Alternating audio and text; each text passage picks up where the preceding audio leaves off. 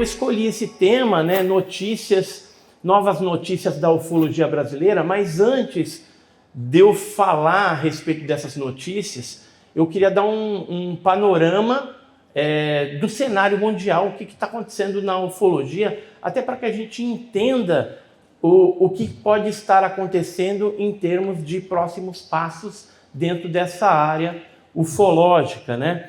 E o que eu fiz? Como o tempo é curto, eu resolvi colocar alguns casos clássicos da ufologia brasileira e trazer algumas novidades, né? São casos, por exemplo, caso Varginha, Operação Prato, Noite Oficial dos OVNIs, Explosão do OVNI de Ubatuba.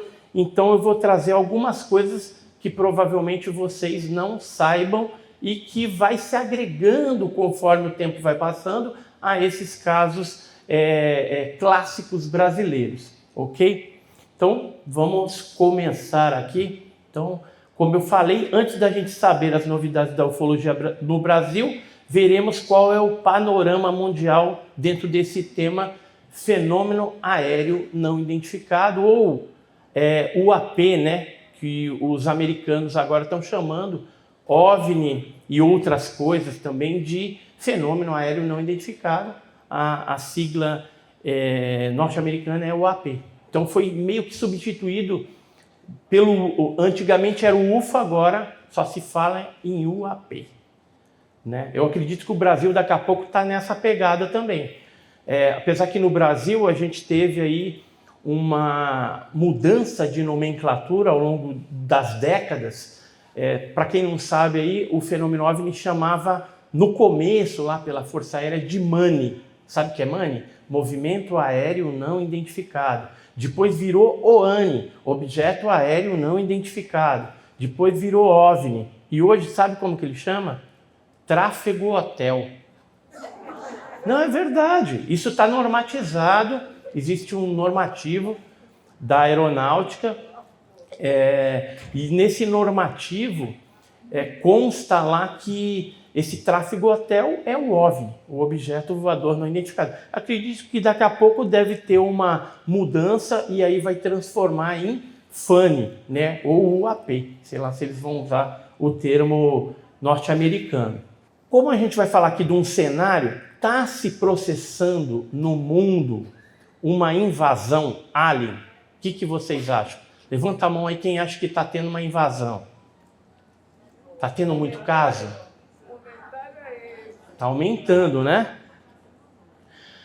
Houve realmente, depois do isolamento social que a gente viveu aí, uma quantidade enorme de casos no mundo todo. Eu não sei se é porque o pessoal ficou mais parado, começou a olhar para os céus, as pessoas iam para as fazendas também, né? Saía das cidades, com medo da doença, aquela coisa toda, e aí começaram a haver mais fenômenos. Ou se isso, de repente, esse aumento está ligado a algum outro fator, né, dessa mudança, né, populacional, a nossa postura, e isso talvez chamou a atenção, não sei, mas que aumentou. Aí eu coloquei ali alguns casos, né, algumas fotos, alguns são fotogramas de vídeos, né, de alguns casos de objetos luminosos durante a noite, casos noturnos.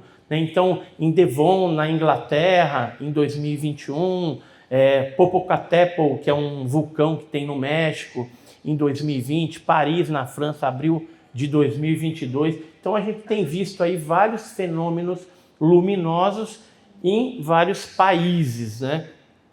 Não só à noite, mas também houve um aumento dessas aparições durante o dia, ou seja, casos diurnos aí. Os mais famosos aí que ganharam a mídia foi aquele caso de Balcarce, na Argentina, que estava se fazendo um ensaio lá fotográfico e acabou vendo um objeto lá em forma de disco, com cúpula. Tem alguns casos na Colômbia, em 2022, 27 de junho de 2022, em Medellín. E também teve um aí que, assim, o pessoal fala é OVNI, outros falam que é montagem, né? A gente vive num tempo onde é muito complicado você discernir o que é um vídeo autêntico, o que é um fake. Porque hoje a gente tem inteligência artificial, tem uma série de programas digitais aí, e isso propicia que se elaborem alguns fakes bem interessantes, bem realistas. E aí isso dificulta, de alguma forma, a investigação dos pesquisadores, né? Quando você tem o vídeo original na mão, você consegue identificar através de uma análise mais acurada se aquilo é uma montagem ou não, se é um fake ou se trata de algum objeto real. E mesmo se detecte que trata-se de um objeto real, pode ser que aquele objeto não seja algo alienígena ou extraterrestre, né? Pode ser um drone, pode ser uma tecnologia espiã, pode ser um monte de coisa, né? Então, houve esses aumentos e o caso que está na internet, muitos de vocês devem ter visto, é o caso da modelo colombiana que estava a bordo de um avião, sobrevoando ali a região de Antioquia, na Colômbia, e conseguiu filmar, né? Esse filme, por enquanto, estão falando aí os analistas, alguns que analisaram, que se trata de uma imagem excepcional, um flagrante, embora curto, mas de um objeto voador não identificado bem interessante. Eu tive dando uma olhada, né, nas imagens e tudo mais, mas se a gente não tiver o filme original para fazer uma análise correta, não dá para a gente certificar 100% que aquilo é autêntico ou não. Mas muita gente aí está falando que né? Muitos analistas, brasileiros mesmo, que eu já fiquei sabendo que fizeram uma análise, aí uma pré-análise, e que estão achando que se trata. Se for, é uma das melhores imagens dos últimos tempos. Ela foi feita aí no dia 26 de março de 2023, né? Então, este ano aqui, pela Valentina Rueda Vélez, que é uma modelo aí, conhecida lá da Colômbia. Vamos para frente. Aliens versus religião, né? Religião, entenda aí não o religare lá da concepção da palavra, do latim, né? Que religare é ligar uma coisa com outra, e no caso de religião seria ligar Deus ao homem por causa do pecado, aquela coisa toda. Mas como não é aula de religião aqui, vamos nos ater a uma coisa mais específica dentro da ufologia. O que tem a ver a religião com OVNIs? Religião versus OVNIs. A gente percebe que de uns tempos para cá, alguns órgãos espaciais, eles se interessaram para saber como que os líderes religiosos pensavam, né? O que eles pensavam em relação ao fenômeno OVNI. Acredita, não acredita? E uma das perguntas que foi feita para esses líderes religiosos, né, budistas, evangélicos, católicos, líderes religiosos africanos, etc., o que perguntaram para ele? Se for divulgado que vida extraterrestre existe, como que será a sua conduta perante aos seus fiéis, aos membros da sua igreja, né? Que é uma preocupação interessante aí por parte dos governos. E o que aconteceu? Em janeiro de 2022, saiu, né, viralizou que a NASA tinha recrutado vários teólogos, né, 24 teólogos. Agora, o que tem de verdade nessa notícia, né? Tem verdade, tem mentira. A notícia, quando ela saiu em 2022, na verdade era uma notícia requentada de 2015, e a NASA ela não recrutou nenhum teólogo, não tem nenhum teólogo na folha de pagamento da NASA. Na verdade, o que aconteceu? A NASA ela investiu $1.100.000 nesse projeto aí de pesquisa, que foi ordenado para a Universidade de Princeton, nos Estados Unidos. E aí uma equipe lá, a equipe do CTI, montou então esse trabalho junto a esses teólogos aí. Então, como eu falei, os padres católicos, pastores evangélicos, muçulmanos, budistas, hinduístas e religiosos africanos participaram dessa pesquisa. teve um reverendo chamado Andrew Davidson e também o ex-chefe do Instituto de Astrobiologia da NASA, Carl Pilcher, também participaram desta pesquisa. Ela começou em 2014 e encerrou ali por volta de 2017, tá? Chegando à conclusão que o impacto nas religiões, caso fosse divulgado que vida extraterrestre existe, então o impacto seria mínimo, né? Porque a população está sendo preparada e está mais preparada agora nesse momento para receber essa notícia. Bom, para não ficar só ali nas letrinhas, eu coloquei uma foto aí do Carl Pitt e da ex-NASA, né? O Robin Lowen e o Nicholas Hupp, do Instituto Avançado, né? Onde aí é uma das reuniões que aconteceu lá em Princeton, justamente a respeito desse assunto. Aqui está um dos reverendos que participou, o reverendo britânico Andrew Davidson. Ele considera que Deus pode ter criado outros seres em outras partes do universo, né? Então, isso foi alguns dos apontamentos que teve nesse programa. Então, veja que algo está acontecendo e eles estão preocupados até com a religião, com o impacto de uma divulgação desse calão, né? Outra coisa que aconteceu logo depois, 2017, 2018, 2019, a Diane Walsh Pasulka, né? Ela é da Universidade de Carolina do Norte, ela é uma teóloga ali e escreveu esse livro American Cosmic, UFOs, Religião e Tecnologia. Ela, ali no Vale do Silício, teve conversando com vários cientistas que acreditam no fenômeno OVNI. Eu acredito que ela deve ter falado com Jacques Vallée, né, com o Gary Nolan, com essa turminha aí, que tá o Peter Sturrock, por exemplo. Ela não cita com quem ela falou, mas como ela deu esse direcionamento, onde ela esteve fazendo essa pesquisa, provavelmente foram esses cientistas que têm uma visão mais aberta e que já são conhecidos por seu trabalho aí na área ufológica. E ela colocou uma ideia de forma acadêmica que foi elogiada, né, pelos pares dela ali, e ela acredita que essa crença em OVNIs e extraterrestres, ela está se tornando uma religião. E isso, eu queria fazer um parênteses agora, isso é um negócio muito perigoso, mas o pior é que está acontecendo mesmo.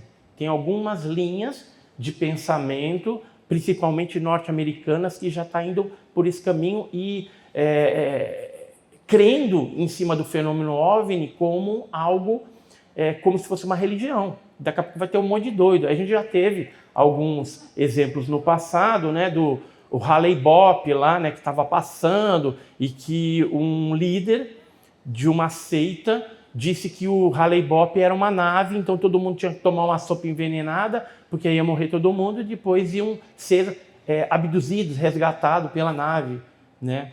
Então tem um monte de coisa que acontece às vezes na ufologia, mas que a gente tem que ficar antenado. E esse alerta que ela dá no livro em 2019 é algo que o pessoal também está atento ali, principalmente nos Estados Unidos.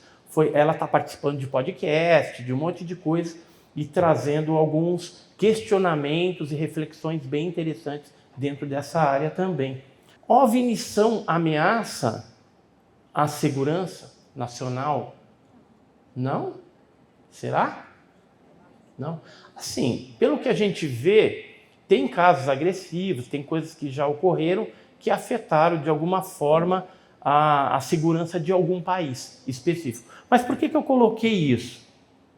Todo mundo acompanhou aí aquela audiência pública no Congresso Nacional, dia 17 de maio de 2022, onde militares da inteligência, da Marinha, tal, norte-americana, junto com os congressistas, vieram discutir o relatório que tinha sido pedido pelo ex-presidente Trump, que ele queria saber o que sabia de UAP, o que o Pentágono tinha a respeito disso.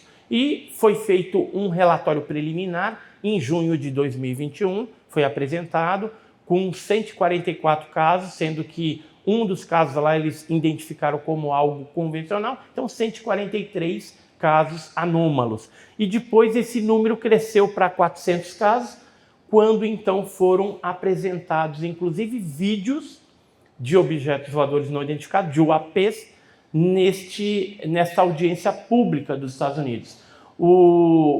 Esse vice-diretor de inteligência naval, Scott Braley, trouxe esses vídeos, né, falou um monte de coisa lá, e foi a primeira vez em 60 anos que o Congresso norte-americano voltou no Congresso com informações sobre OVNIs, né? Então veja que alguma coisa está acontecendo. Estados Unidos não falava nisso e agora, né, está abrindo aí, né? A gente só vê toda hora Estados Unidos na imprensa envolvido com algum assunto OVNI, né?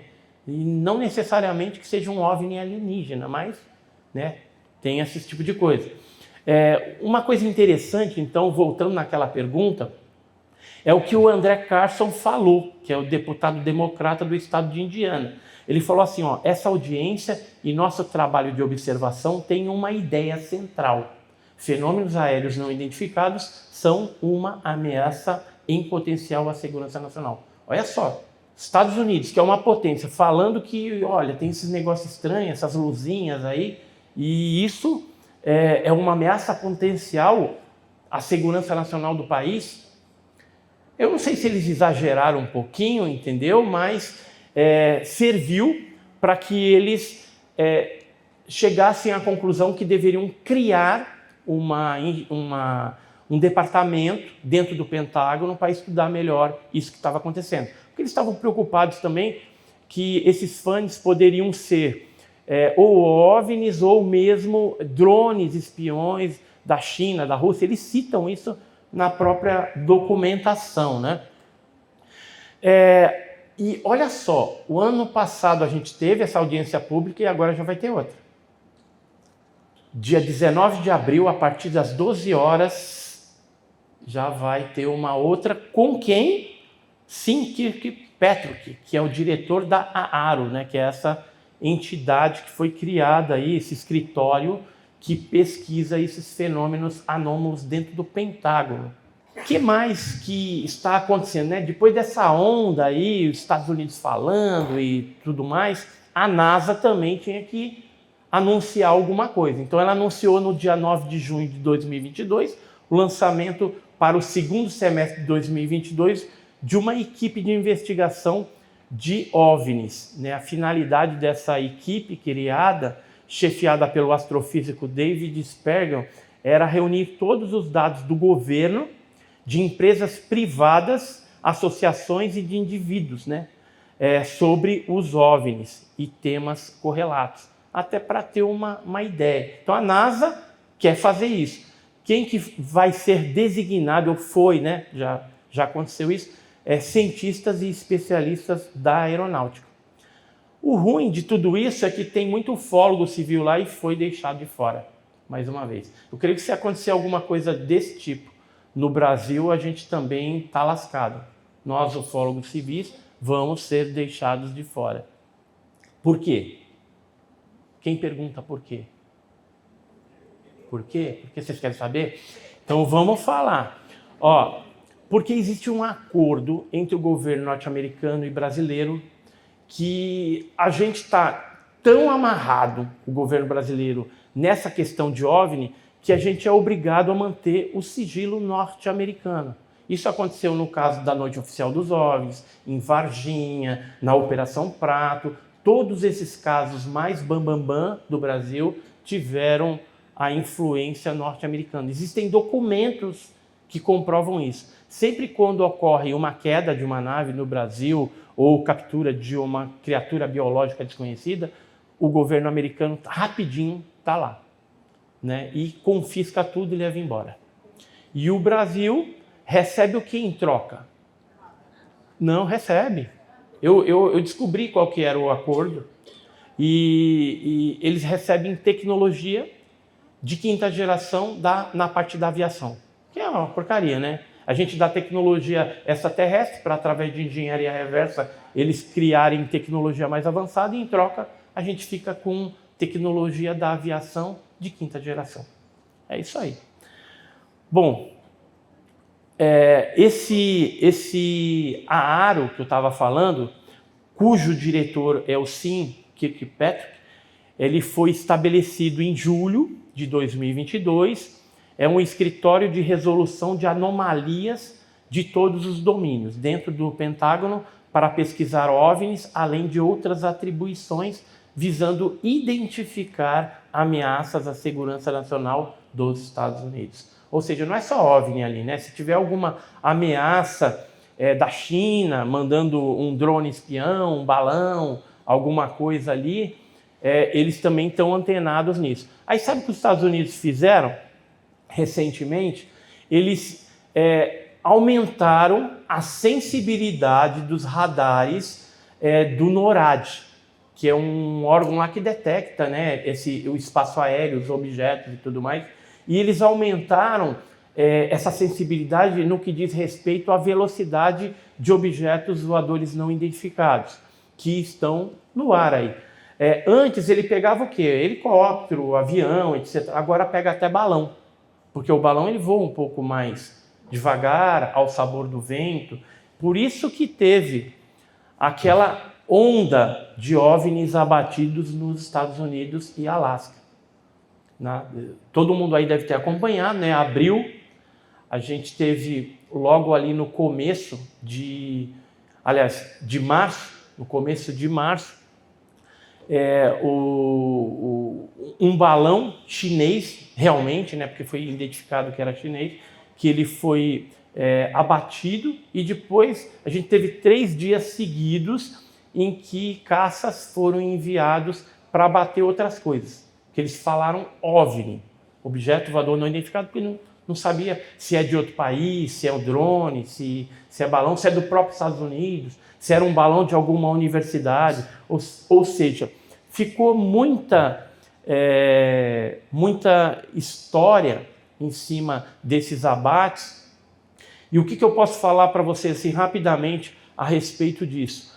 Me pareceu, aí é o Edson que está falando, que foi uma estratégia norte-americana para desviar a atenção de outra coisa que estava acontecendo. Algumas pessoas falaram depois que teve acidentes com descarrilhamento de trens com substância tóxica, né, que contaminaria. Então, de repente, chamaram atenção para o OVNI, todo mundo falando em OVNI, no Brasil também, mundo todo. Olha, Estados Unidos abateu um OVNI, é alienígena, não é isso, é aquilo. E, no fim das contas, o presidente Biden veio a público e falou que, olha, a gente abateu tal, mas não conseguimos achar os destroços. Só bobo, né?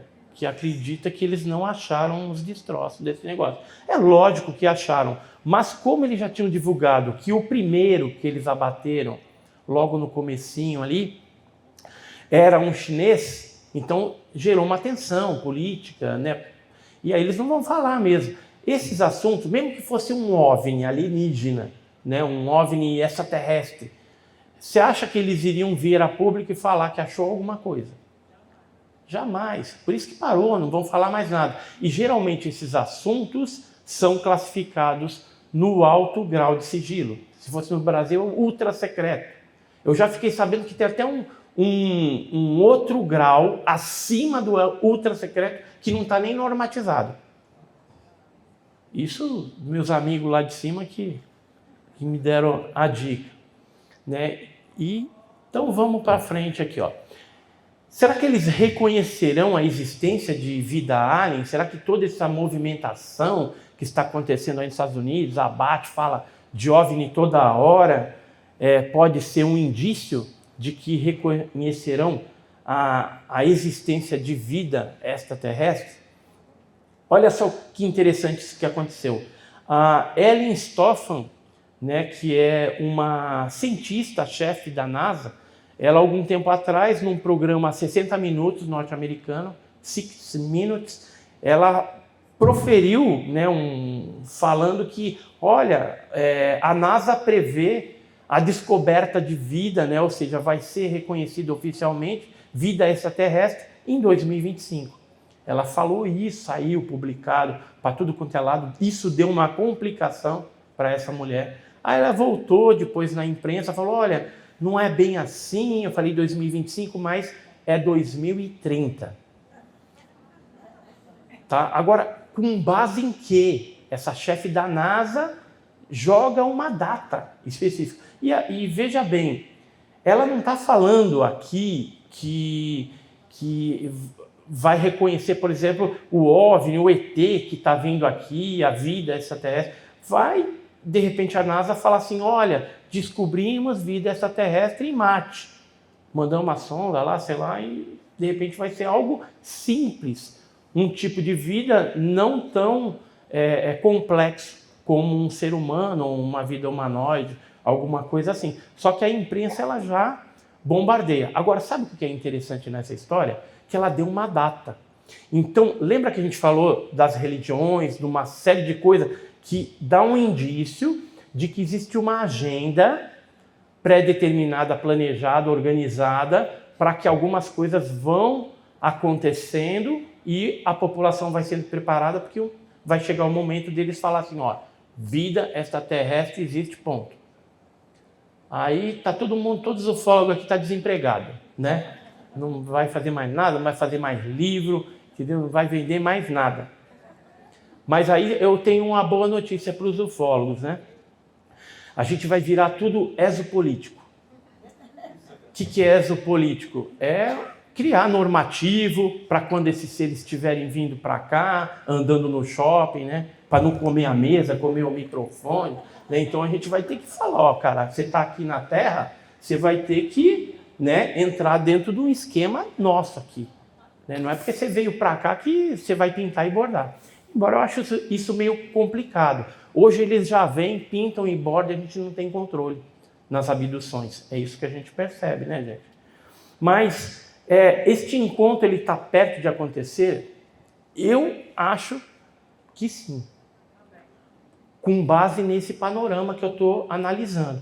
E você quer ver uma coisa interessante? Se a China, que a China ela já está mexendo aí com OVNI, Japão, a Rússia já há bastante tempo. E volta e meia ela volta na mídia também a respeito disso. Embora lá é mais fechado. China e Rússia é bem fechado o assunto.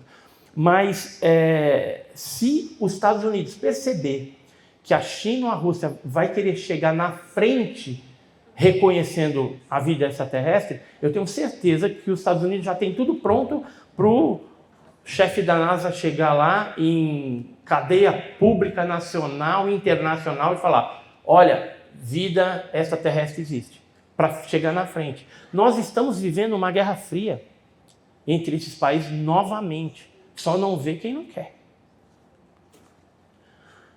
ETs e OVNIs estão na ordem do dia? Né? Estão na ordem do dia, sim.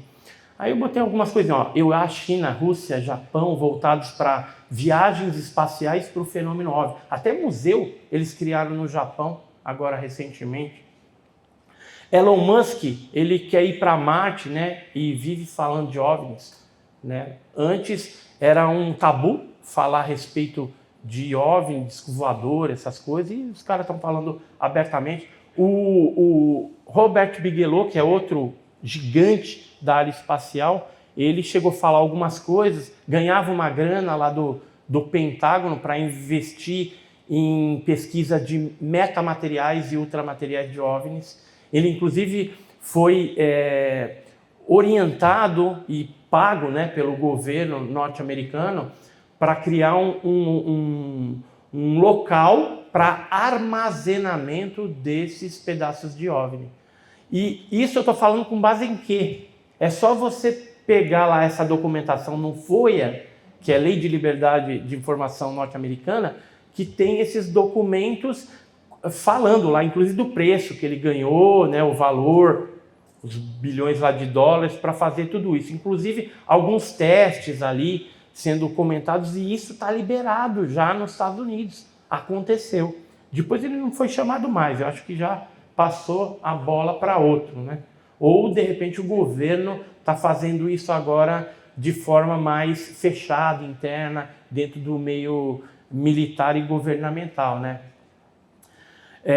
Intensificação do aparecimento deste fenômeno em todo o mundo, como a gente viu, a partir de maio de 2020 virou uma loucura, no Brasil, no mundo todo. E divulgação do tema pela imprensa mundial e brasileira de forma menos sensacionalista. A gente tem percebido isso, né? Antigamente era muito sensacionalista. Quem lembra da raia que o Gugu falou lá, que era o chupacabras que tinham achado, né? Então, era muito sensacionalismo na década de 90, né? O princípio dos anos 2000. Só que hoje, eles tentam, né? A imprensa tenta, e a gente percebe que isso está acontecendo, tratar o assunto de forma mais séria, mais responsável. É o que a gente tem visto aí. Isso faz parte da preparação? Eu entendo que sim. Bom, dado esse panorama, vocês já percebem que o negócio está quente, né? Em todo canto do mundo aí o negócio está pipocando. Mas e no Brasil? O que está acontecendo no Brasil? Como eu falei, eu separei aí alguns casos, né, clássicos para a gente estar falando. Esse caso aí, muitos de vocês já devem ter visto, é o caso que aconteceu em 1957, em setembro, que foi a explosão do OVNI de Ubatuba.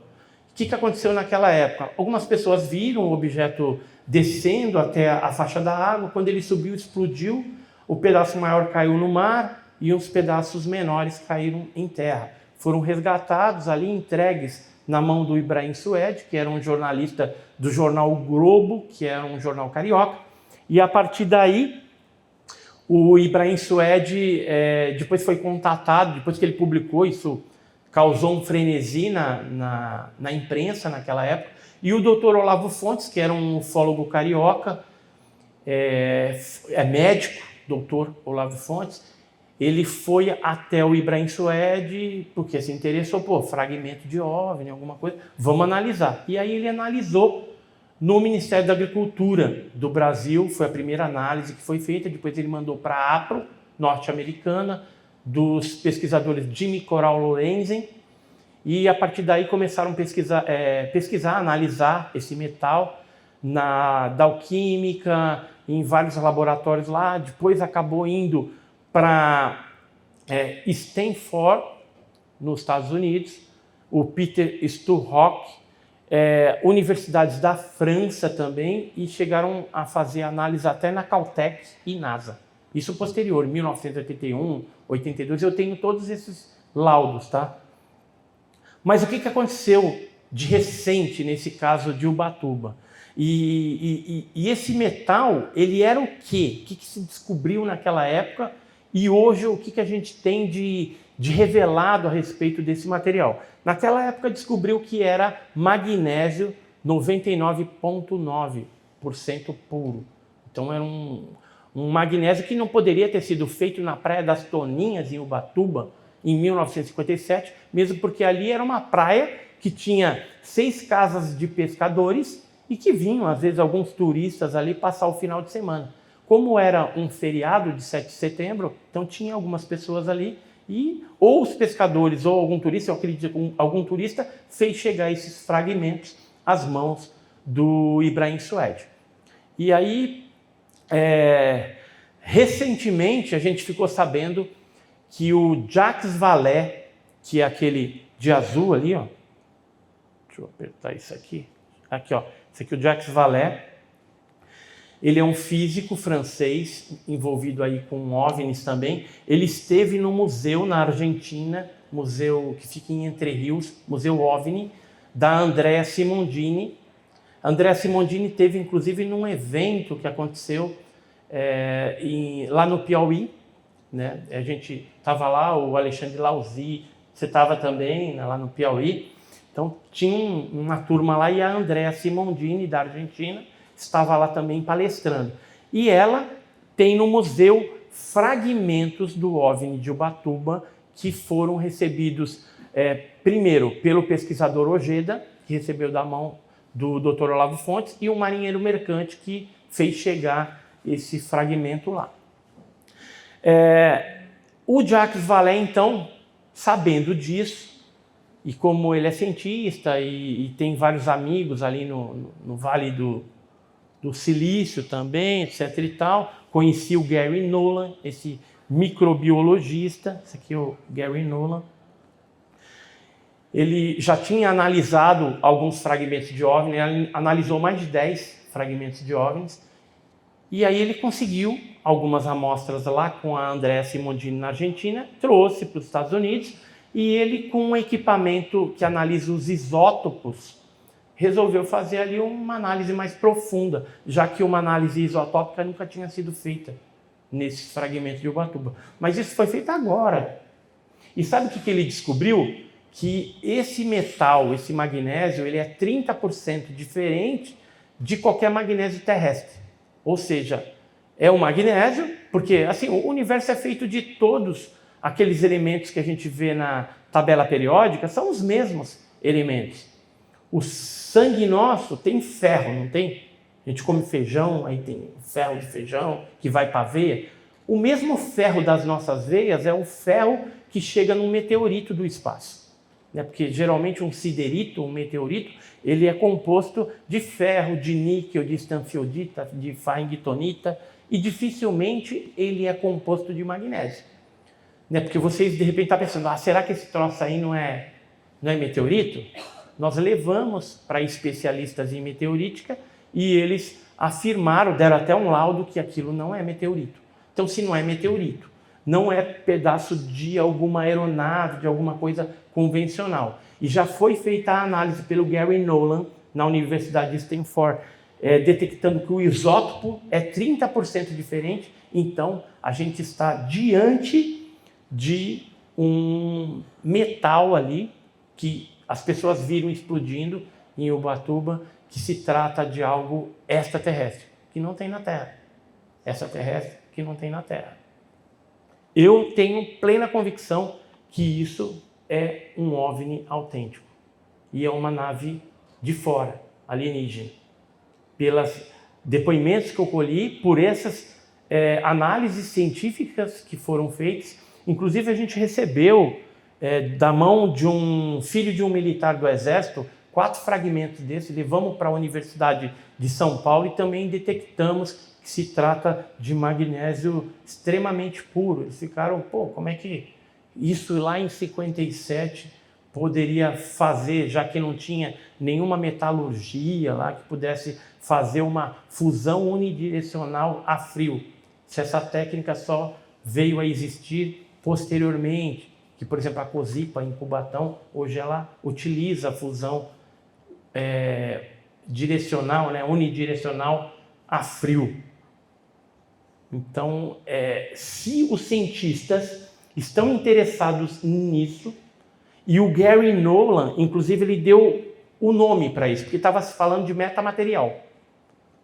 Mas esse caso, como o isótopo está diferente, ele falou, isso é um ultramaterial. E agora, sabe o que o Gary Nolan está fazendo? Fazendo estudos para ver qual a propriedade, ou qual o benefício de se alterar um isótopo num elemento desse. Porque provavelmente os tripulantes dos OVNIs, eles já sabem por que eles fizeram isso. E usaram esse magnésio naquele objeto voador não identificado. Aí vocês ficam pensando, mas o objeto acidentou, caiu, deu problema. Qualquer coisa mecânica, ela pode em algum momento dar problema. Então não é porque é uma tecnologia extremamente avançada que não vai dar problema. Ela está sujeita a esse tipo de coisa. E nesse caso de Ubatuba, tem testemunhos que falam que o objeto aparentemente desceu, quando ele foi subir, explodiu, e tem testemunhos de pessoas que disse que viram um segundo objeto como se estivesse brigando, degladiando com o outro objeto antes dele explodir. É um depoimento isolado, logicamente, mas depende, do ângulo de vista de quem viu naquela época. Mas que é curioso, a ciência ainda nos dias atuais, sendo que o caso aconteceu em 57, estão interessados nesse material, nesse ultramaterial. E para quê? Para, através de engenharia reversa, transformar isso aí em tecnologia terrestre, de ponta, que colocará os Estados Unidos na frente da Rússia, na frente da China e de outros países. Segundo caso, que é clássico também, é a Operação Prato. Todo mundo já ouviu falar, no norte do país, na década de 70, luzes que apareciam, seres também, mas numa quantidade menor, e que jogavam um foco de luz nas pessoas e sugavam parte do sangue, parte de líquido corporal, e o assunto causou tanto pânico naquela época, né, sendo publicado por diversos jornais, tal, que a Força Aérea foi chamada pela segurança pública, no caso as delegacias daquela época, porque o pessoal estava se evadindo das cidades. Algumas cidades chegaram a ficar quase cidade fantasma, por conta do pânico, do medo gerado dessa situação dos ataques. Aí o capitão Irangê Holanda, aquele de vermelho ali, esse aqui, ele chefiou uma operação para tentar descobrir o que era aquilo, né? O que estava acontecendo, se era coisa dos russos, né? Década de 70, imagina. Então, no fim das contas, ele ficou convencido que se tratava de uma inteligência superior desconhecida, né? Com certeza um fenômeno ufológico. Já pouco antes dele morrer, ele revelou tudo isso, através de um depoimento para o Marco Antônio Petit, para o Gevaer também, o Ademar José Gevaer, e hoje está aí preservado esse depoimento grandioso aí de tudo que ele participou, né? E inclusive ele chegou a ter um implante no seu braço e ter contato com seres, né, ver naves enormes. Eu cheguei a falar com pessoas do extinto SNI brasileiro que participaram das vigílias que o capitão Irangê Holanda fez na Amazônia, né? Então, teve muita coisa interessante que aconteceu, muita coisa foi acobertada e parte apenas dos relatórios hoje estão disponibilizados no Arquivo Nacional, né? Algumas coisas ali da década de 70, mas o que aconteceu na década de 80, porque a Operação Prato ela durou de 1976 até 1984, passando pelo estado do Maranhão, Pará e depois Amazonas, depois ultrapassou a fronteira até a Venezuela. Mas o que a gente tem de novidade nesse caso da Operação Prato? Não é uma notícia boa. Não é. É uma notícia triste. Eu fiquei assim, nem vou falar, eu não falo palavrão, mas eu fiquei muito indignado. Mas o que aconteceu que eu estou triste? Um amigo meu, que é o advogado Rafael Pederneiras, ele pediu a nossa ajuda em 2022 para que a gente subsidiasse ele com informações da Operação Prato, fotografias, depoimentos, coisas importantes que evidenciassem a existência e a feitura por parte da Força Aérea Brasileira de vídeos Super 8, de 8 milímetros, 16 milímetros, dos objetos naquela ocasião. E aí o que ele entrou? Entrou com uma petição junto à Justiça para liberação desses vídeos que existem. Por que ele queria essa liberação? Porque eu falei para ele que os vídeos já deveriam estar liberados e de conhecimento público, porque já passou o prazo de sigilo. O negócio aconteceu em 77. Só que o que aconteceu? Quando eu pedi isso através da LAI, do Serviço de Informação ao Cidadão, né, que é a nossa lei de liberdade de informação que não funciona, quando eu pedi, um militar da Força Aérea entrou em contato comigo, que era também adepto do nosso canal, assistiu os vídeos e tal. Ele falou, olha, Edson, isso que você está pedindo, você não vai ser atendido, isso antes de eles darem a resposta oficial, porque foi tomada uma decisão aqui e os vídeos foram reclassificados de forma ilegal, porque não poderia mais reclassificar, mas reclassificaram. Pois bem, eu indignado com a situação, que isso estava contra a lei, falei com o advogado, não vamos fazer, fez o processo de 157 páginas, tem coisa pra dedéu ali, e no fim das contas, os militares acabaram ganhando. Por quê? Porque eles criaram uma brecha na Lei de Liberdade de Informação, que está lá no artigo 7, parágrafo 1, combinado com 23.6, que fala que se eles acharem que alguma coisa excepcional, extraordinária para a ciência, não sei o que e tal, e que eles estão desenvolvendo algum tipo de pesquisa, que eles podem manter isso em sigilo e classificado eternamente. Então, o que a gente viu aí? A lei, ela tem essa brecha e esquece. Aí eu estou falando agora para todo mundo. Esquece. Nós jamais veremos esses filmes da Operação Prato. Infelizmente. Por quê? Quem pode liberar isso? Apenas o comando militar. Como existe o acordo norte-americano, acredito que dificilmente eles vão liberar. Né? Porque estão lá com o rabo preso, né? De alguma forma, estão amarrados nesse acordo. Então não vai vir à tona. Aí o pessoal fica pensando, e Varginha, e não sei o que, esquece. Piorou. Então, uma coisa que era uma luzinha, isso aqui, são fotogramas de vídeos, né? Foi tirado a foto do vídeo na tela, né? Isso aí existe, foi militar que acabou passando para nós, né? Muitos ufólogos aí têm coisas da Operação Prato, então eles existem, esses vídeos, só que eles não querem mostrar. Agora, por que liberaram então documentos no Arquivo Nacional que citam inclusive esses vídeos? Tem, por exemplo, lá um vídeo que foi feito pelo Virgílio, é a série Virgílio de 1978, e que tem uma cópia Xerox lá, antiga, com 10 minutos, tá bom.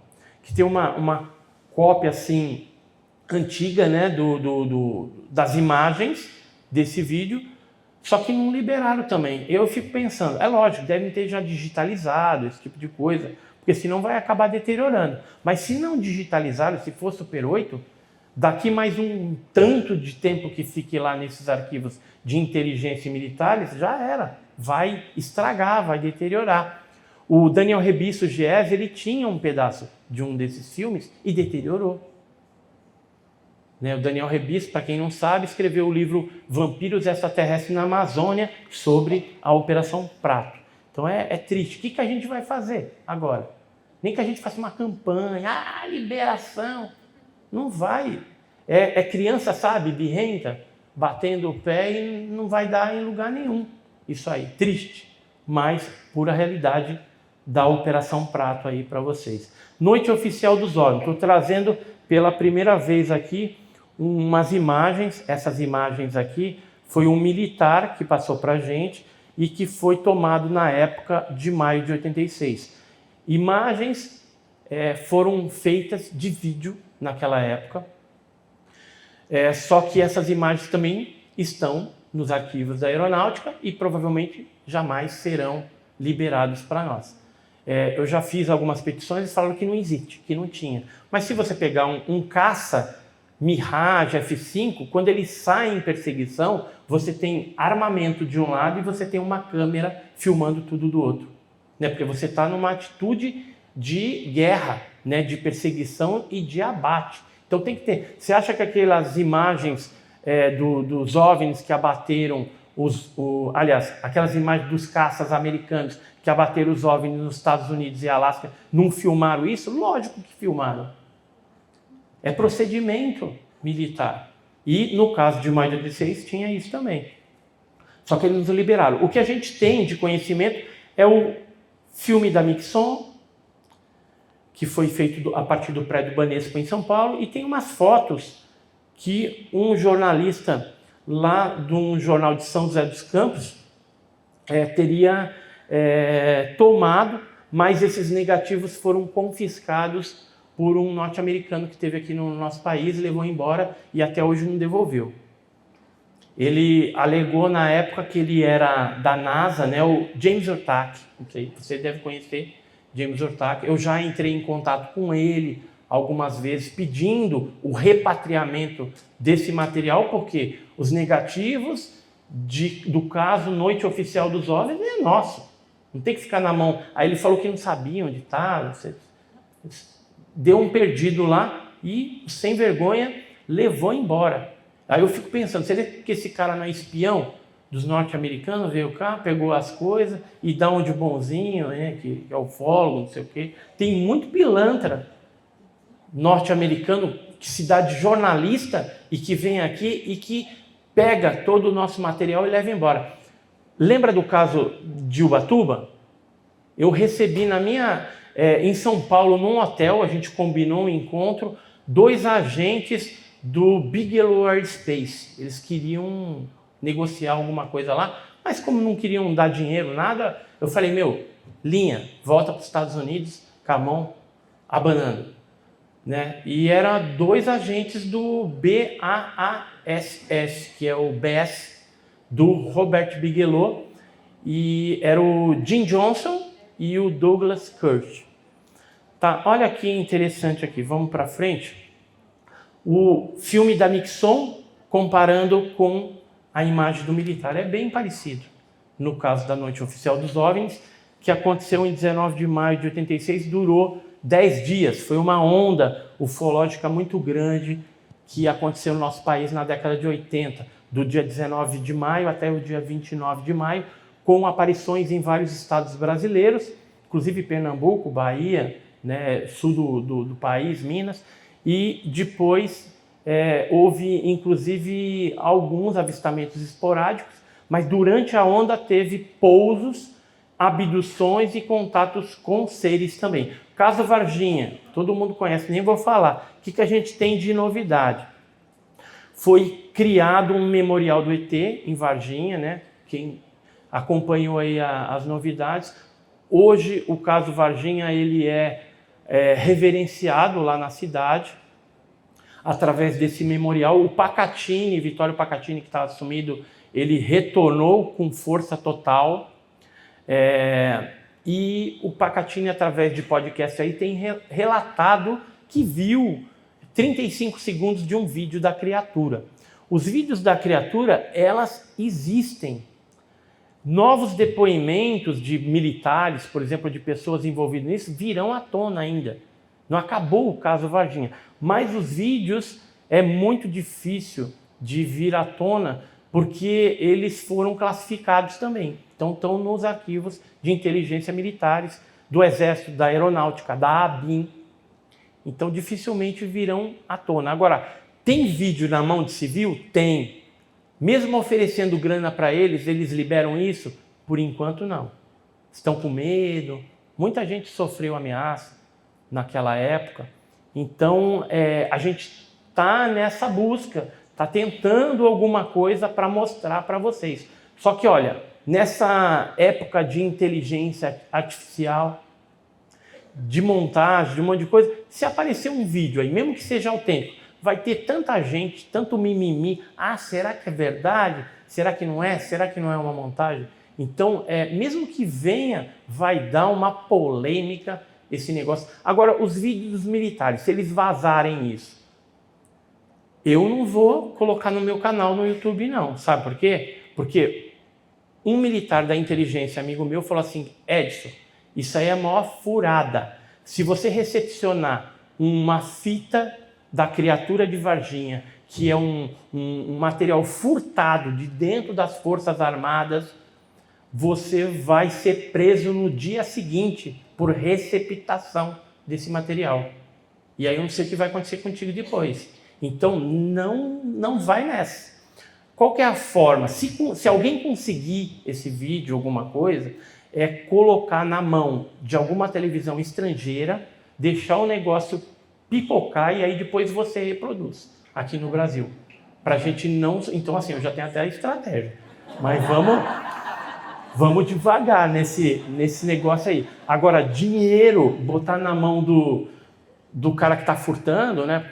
O militar, o cara ali que está vendendo o negócio, não faz isso também, porque o pessoal tem como rastrear e aí você vai se lascar do mesmo jeito. Tá? Fica a dica aí. Caso Varginha também tem aparecido muitas imagens de filmes como se fosse a criatura. Esse aí é o que mais aparece, esse vídeo aí. E na verdade é um documentário espanhol que o Pablo Villarrubia Mauso fez para o Quarto Milênio, isso em 2013, se não me falha a memória. E aí foi publicado na internet, algumas pessoas estão achando e passando. Com certeza tem gente espertalhona tentando vender esses vídeos, um pedacinho, olha, eu tenho um vídeo, deposita na minha conta 150 mil, 50 mil e aí eu te disponibilizo. Aí vai disponibilizar esse vídeo. Se quiser eu te passo depois o link para você acessar. E está em espanhol, inclusive eu participei dele, tá? É um boneco.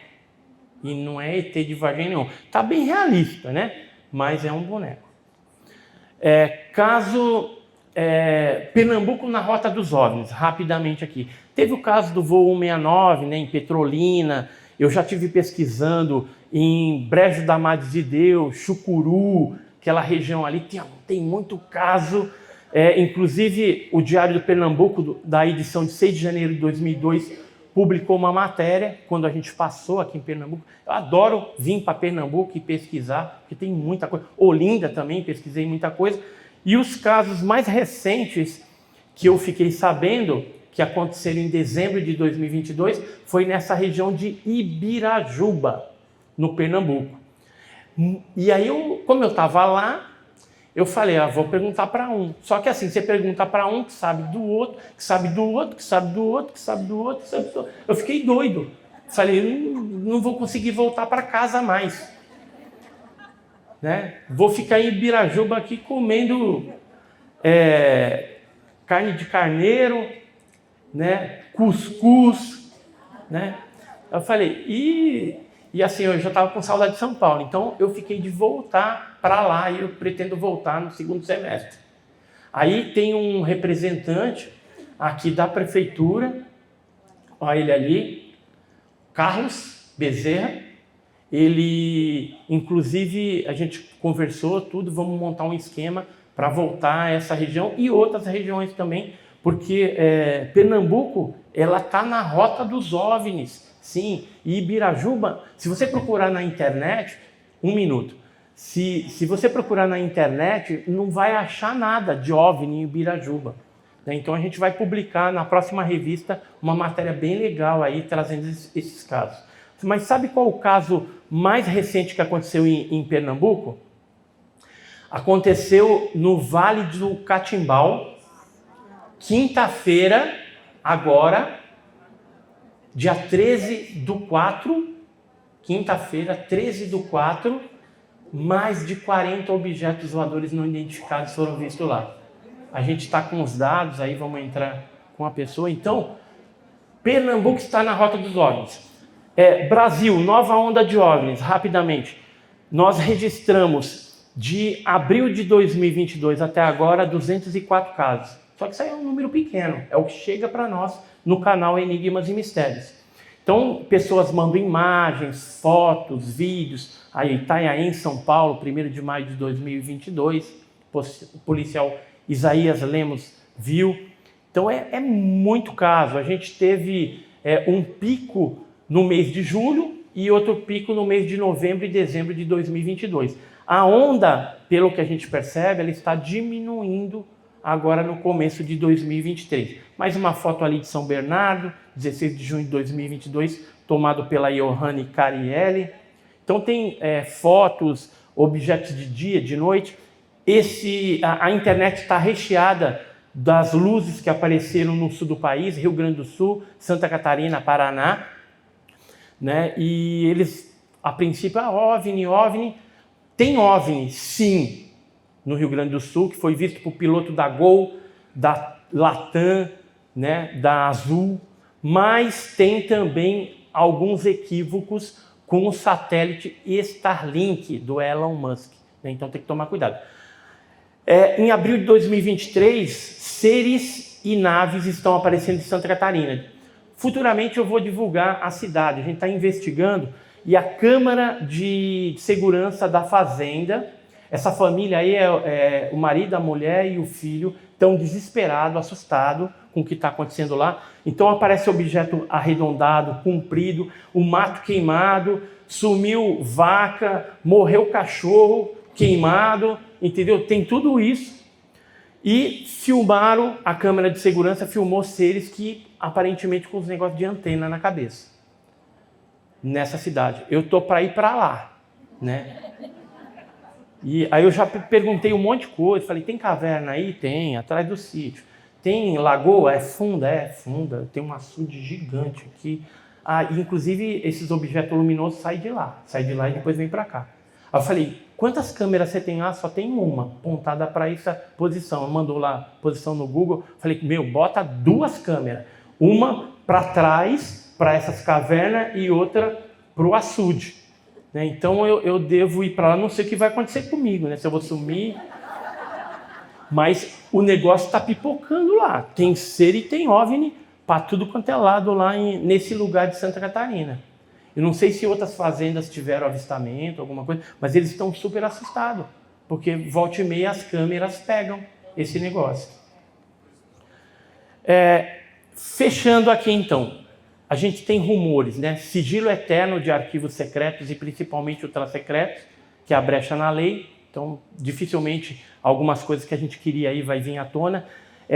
Uns rumores de criação de grupo misto para estudo avançado, civis, cientistas e militares, novos acordos, isso no Brasil, tá? Teve um militar que me procurou, falou que o meu nome foi até citado. E tem militares que estão sendo treinados. Outra coisa que está acontecendo, troca do termo OVNI por FANI. Provavelmente a gente vai ter a troca por UAP.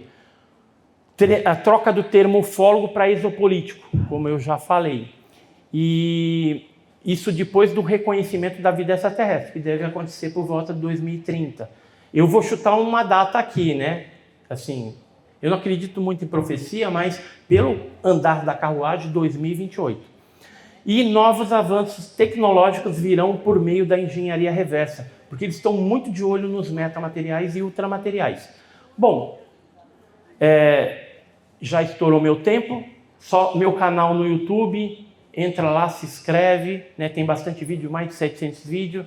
Temos uma loja que vende camiseta bem legal, estampa de casos clássicos, que é a Loja Misteriosa, www.lojamisteriosa.com.br. Temos a revista OVNI Pesquisa, somos consultores, né? Ajuda a gente, o nosso trabalho, é um trabalho de formiguinha aí, mais sério. E meu e-mail aí, para quem quiser entrar em contato. Queria agradecer ao Lazide mais uma vez, desculpa ter estourado uns 2 minutos, e estou à disposição, né, para vocês aí, agora aí nos bastidores, quiser conversar tal, mas entre em contato com a gente, se souber algum caso de Pernambuco tal, para depois, posteriormente, a gente vir aqui e fazer essa pesquisa que a gente vai agendar isso, sim, porque Pernambuco está na rota dos OVNIs. Então, um grande abraço aí para o Lauzide, para o pessoal aí da organização e para vocês principalmente que acompanharam a gente nesses 2 dias.